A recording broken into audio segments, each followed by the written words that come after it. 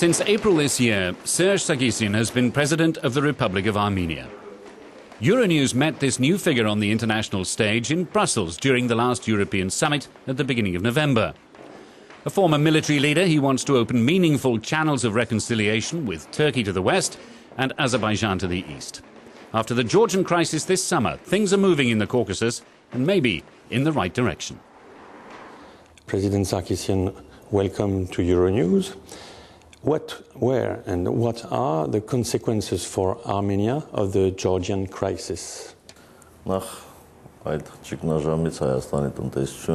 First of all, the Armenian economy has suffered greatly because of this crisis, because 70% of Armenia's trade passes through Georgia.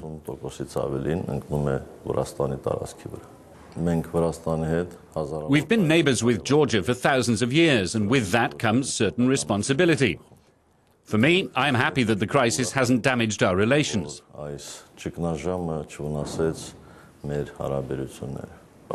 Certainly, we're also strategic partners with Russia, and that brings other responsibilities and duties.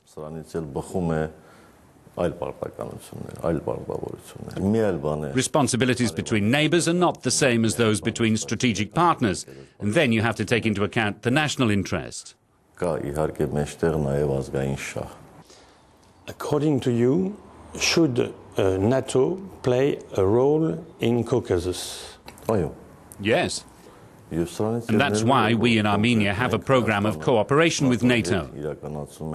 That's why Armenia takes part in NATO maneuvers and other activities. We believe cooperation with NATO is integral to our real security.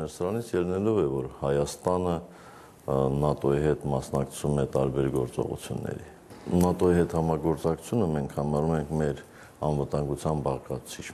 will one day Armenia apply and not only cooperate with NATO?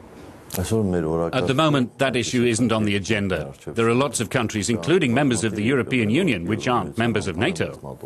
What should be the future of the relations between Armenia and the European Union? Armenians are Europeans. Even if Europeans don't consider Armenia to be a European country, Armenians themselves feel profoundly European. We're active in the development of the European neighbourhood policy. Actually, we're trying to get more flexible conditions for contact by freeing up visa rules so people can meet each other more easily and to bring about the best conditions for trade and commerce.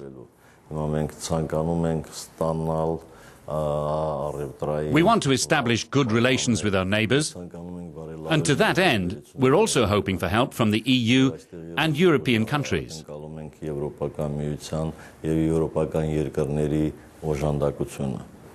About the relations between Turkey and Armenia, talks have started to establish diplomatic relations, but what are the next steps?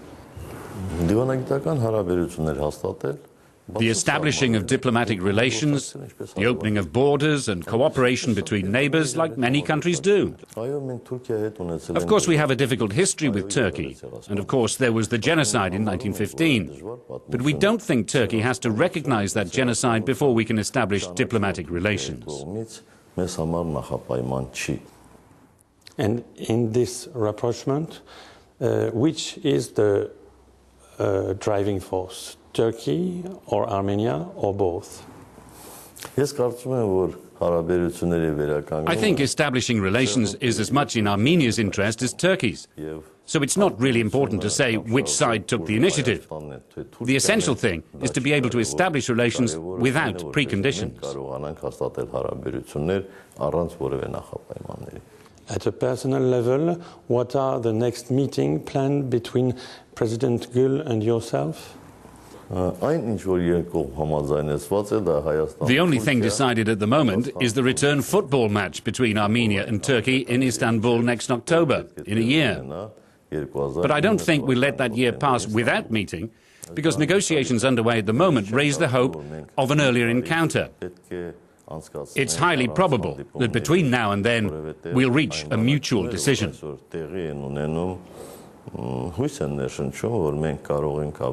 Շուտ էլ հանդիպել, որովհետև հնարավոր է, որ մինչ այդ մենք գանք մի ընդհանուր որոշման։ The Nagorno-Karabakh is a long-standing bone of contention between Armenia and Azerbaijan. What makes now possible a solution in this frozen conflict?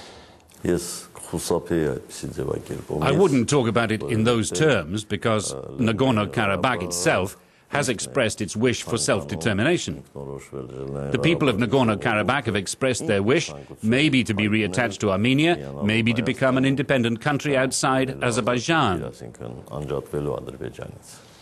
I think the declaration signed a few days ago with Presidents Medvedev and Aliyev really paves the way for a resolution to this problem. This declaration, even though it's just a declaration and not an accord, outlines a purely political solution and rules out a military path. In your relation with Azerbaijan, do you intend to use the diplomatic tool of football as well as for Turkey? Football's a great game, and the diplomacy of football could well prove fruitful. But we've already been negotiating with Azerbaijan for 14 or 15 years. And I think with the help of the Minsk group, presided over by Russia, the United States and France, that these talks will lead to results such that we won't have to resort to these diplomatic methods. President Sargsyan, thank you very much indeed. Շնորհակալ եմ այս առիթի համար։